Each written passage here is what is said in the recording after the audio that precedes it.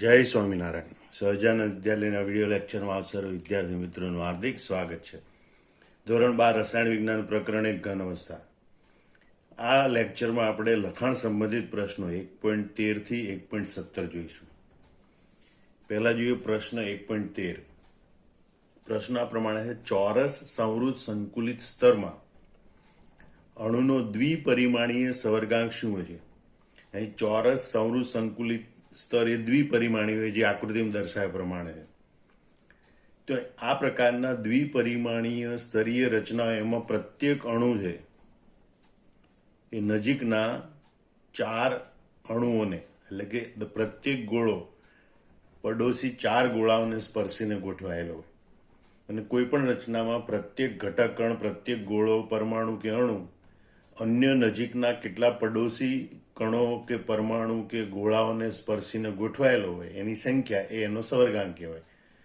અને માટે આ રચનાનો સવર્ગાંક 4 છે. ફરીથી જોઈ લો. ચોરસ સંવૃત સંકુલિત સ્તરની દ્વિપરિમાણી રચનામાં પ્રત્યેક અણુ એ કુલ 4 પડોશી અણુઓને સ્પર્શીને ગોઠવાયેલો હોય. માટે આ રચનાનો સવર્ગાંક 4 હોય. અહીંયા અણુની જગ્યાએ પરમાણુ, આયન, ગોળાઓ એવું કંઈ પણ લખેલું હોઈ શકે.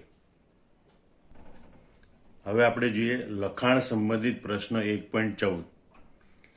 એક સંયોજન ષટકોણીય સંવૃત સંકુલિત રચના બનાવે. એના 0.5 મોલમાં છિદ્રોની કુલ સંખ્યા કેટલી હશે? આ પૈકીના કેટલા છિદ્રો સમચતુષ્ફલકી હશે? તો સૌથી પહેલા ષટકોણીય સંવૃત સંકુલિત રચનામાં ઘટક કણો કેટલા હોય, તો એની સરખામણીમાં સમચતુષ્ફલકી છિદ્રો કેટલા હોય, અષ્ટફલકી છિદ્રો કેટલા હોય એવું આપણે જોઈએ. કે ભાઈ હેક્ઝાગોનલ ક્લોઝ પેકિંગ એટલે કે HCP રચનામાં ધારો કે પરમાણુઓની સંખ્યા, અહીંયા સંયોજન છે એટલે આપણે અણુઓની સંખ્યા લખીશું. અણુઓની સંખ્યા બરાબર n. તો અહીંયા જે ઘટક કણો હોય એની સંખ્યા હોય એના કરતા ચતુષ્ફલકી છિદ્રોની સંખ્યા બમણી હોય અને અષ્ટફલકી છિદ્રોની સંખ્યા એના જેટલી જ હોય. માટે આમ લખી શકીએ કે સમચતુષ્ફલકીય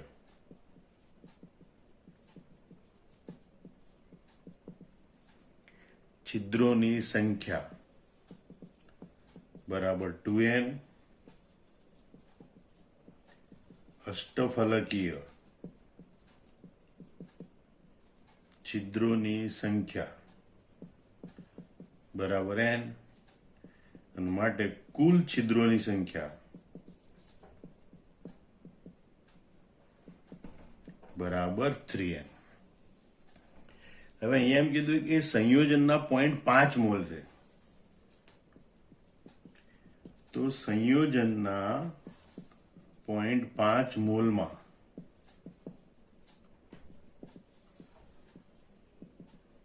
તેના અણુઓની સંખ્યા બરાબર n ગુણ્યા Na.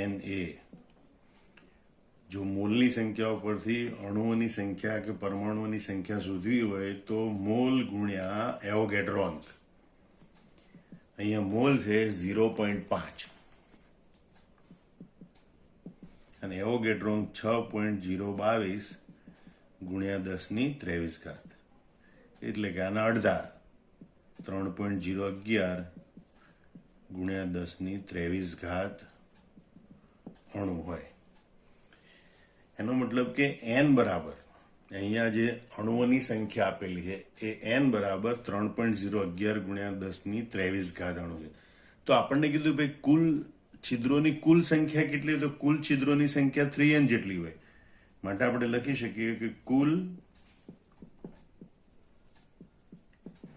છિદ્રોની સંખ્યા બરાબર 3n બરાબર 3 ગુણ્યા 3.011 ગુણ્યા 10^23 બરાબર 9.033 ગુણ્યા 10^23. તો આ થઈ ગઈ કુલ છિદ્રોની સંખ્યા. પછી કીધું હતું કે સમચતુષ્ફલકી છિદ્રોની સંખ્યા કેટલી હોય? તો આપણે જોઈએ ભાઈ સમચતુષ્ફલકી છિદ્રોની સંખ્યા બરાબર 2n. એમ આપણે કિંમત મૂકીએ. સમચતુષ્ફલકીય છિદ્રોની સંખ્યા બરાબર 2n ઇઝ ઇક્વલ ટુ 2 ગુણ્યા n નું મૂલ્ય છે 3.011 ગુણ્યા 10 ની 23 ઘાત 3.011 ગુણ્યા 10 ની 23 ઘાત બરાબર 6.022 ગુણ્યા 10 ની 23 ઘાત. તો સમચતુષ્ફલકી છિદ્રોની સંખ્યા 6.022 ગુણ્યા 10 ની 23 ઘાત થશે. હવે આપણે જોઈએ લખાણ સંબંધિત પ્રશ્ન 1.15. એક સંયોજન બે તત્વો m અને n થી રચાય છે. તત્વ n સીસીપી રચે છે અને એમના પરમાણુઓ સમચતુષ્ફલકી છિદ્રોનો 1/3 ભાગ રોકે છે. તો સંયોજનનું સૂત્ર શું હશે? તો આપણે જોઈએ કે તત્વ n સીસીપી રચે છે. તત્વ n સીસીપી રચે છે તો એની પરમાણુની સંખ્યા ધારી લેવાની. ધારો કે n ના પરમાણુની સંખ્યા બરાબર x. કારણ કે સૌરભ સંકુલિત રચના હોય એમાં પરમાણુની સંખ્યા ધારી લે તો એના ઉપરથી આપણને ચતુષ્ફલકી છિદ્ર અને અષ્ટફલકી છિદ્રની સંખ્યા ખબર પડે. અહીં આપણે સમચતુષ્ફલકી છિદ્રોની સંખ્યા જોઈએ તો પરમાણુની સંખ્યા કરતાં સમચતુષ્ફલકી છિદ્રોની સંખ્યા બમણી હોય અને માટે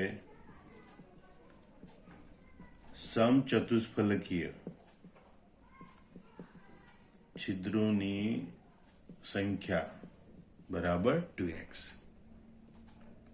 હવે આપણે એમ માટે જોઈએ કે એમના પરમાણુઓ સમચતુષ્ફલકી છિદ્રોનો 1/3 ભાગ રોકે છે. એમના પરમાણુઓ સમચતુષ્ફલકીય છિદ્રોનો 1/3 ભાગ રોકે છે અને માટે એમના પરમાણુની સંખ્યા બરાબર સમચતુષ્ફલકી છિદ્રોની સંખ્યા 2x અને એનો 1/3 ભાગ એટલે કે 2x/3. હવે સંયોજનનો અણુસૂત્ર જોઈતું તો આ બંને પરમાણુની સંખ્યાનો ગુણોત્તર લેવાય કે ભાઈ m અને n ના પરમાણુઓનો ગુણોત્તર. m જેમ n બરાબર તો m પરમાણુની સંખ્યા આપણે લઈએ 2x/3 જેમ n પરમાણુની સંખ્યા x is equal to 2x જેમ 3x અને ઇઝ ઇક્વલ ટુ લખાય 2 જેમ 3 અને માટે સંયોજનનું અણુસૂત્ર m ના પરમાણુની સંખ્યા 2 n ના પરમાણુની સંખ્યા 3 એટલે m2n3 થશે. લખાણ સંબંધિત પ્રશ્ન 1.16 જોઈએ. નીચેનામાંથી કઈ લેટીસને સૌથી વધુ સંકુલન ક્ષમતા છે?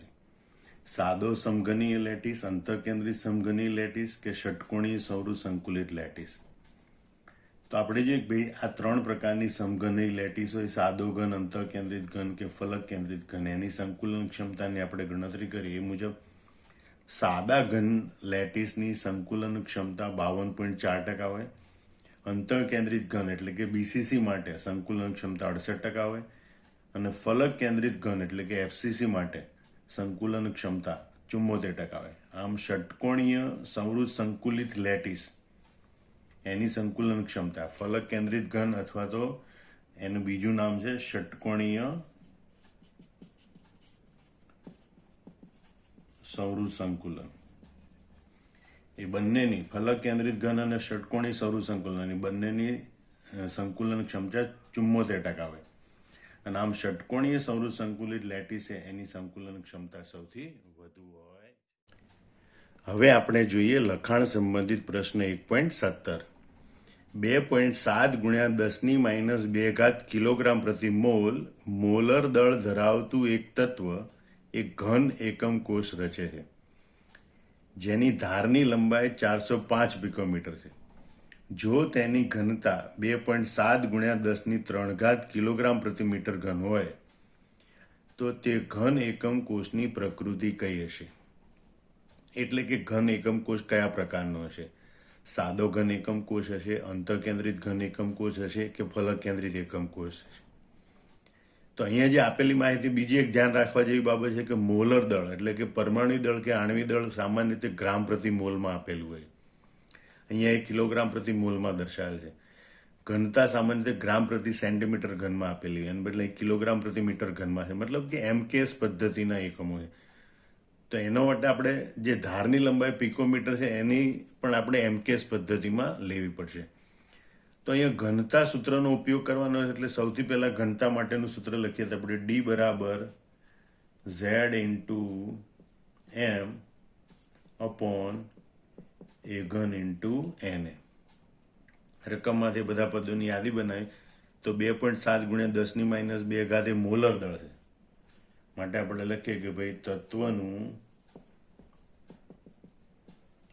મોલર દળ બરાબર 2.7 ગુણ્યા 10⁻2 કિલોગ્રામ પ્રતિ મોલ. બીજું કીધું છે કે ધારની લંબાઈ 405 પિકોમીટર. એટલે આપણે લખીએ કે ભાઈ ધારની લંબાઈ એ બરાબર 405 પિકોમીટર.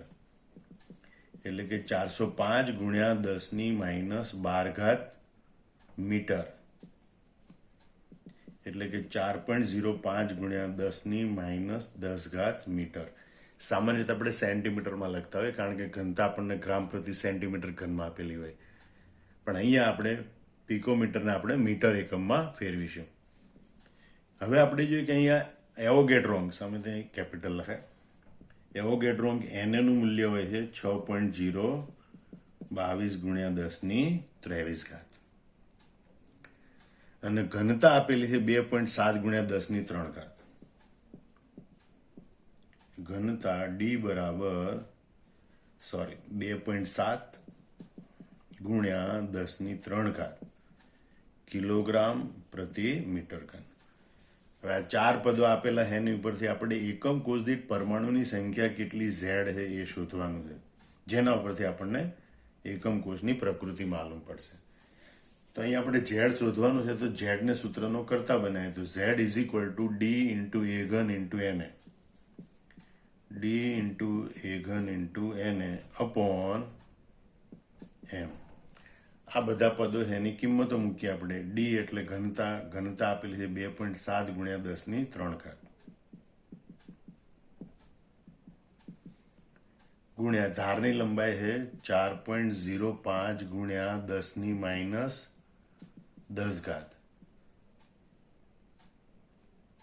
એની 3 ગુણ્યા NA એવોગેડ્રોન્ગ છે 6.022 ગુણ્યા 10⁻23 અપોન એનું મોલર દળ 2.7 ગુણ્યા 10⁻2. એમ 2.7 ઉડી જાય, 4.05 છે એની 3 લઈએ આપણે તો એ આવે છે 66.43 ગુણ્યા 10⁻30 ગુણ્યા 6.022 ગુણ્યા 10⁻23 અને છેદમાં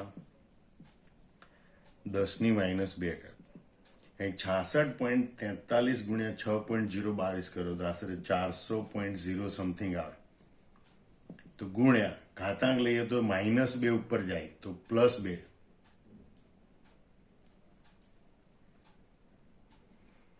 એટલે 25 પ્લસ આ 10⁻3 અહીં આપણે લખવાનું રહી ગયું 10⁻3. એટલે 25, 23 ને 2 25 ને 3 28, 28 માંથી 30 જાય તો 10⁻2. અને 400 ગુણ્યા 10⁻2 એટલે 4.0. આમ Z બરાબર 4.0 એટલે કે એકમ કોષ દીઠ પરમાણુની સંખ્યા એકમ કોષ દીઠ પરમાણુની સંખ્યા Z બરાબર 4 અને આ ઘટના આપણને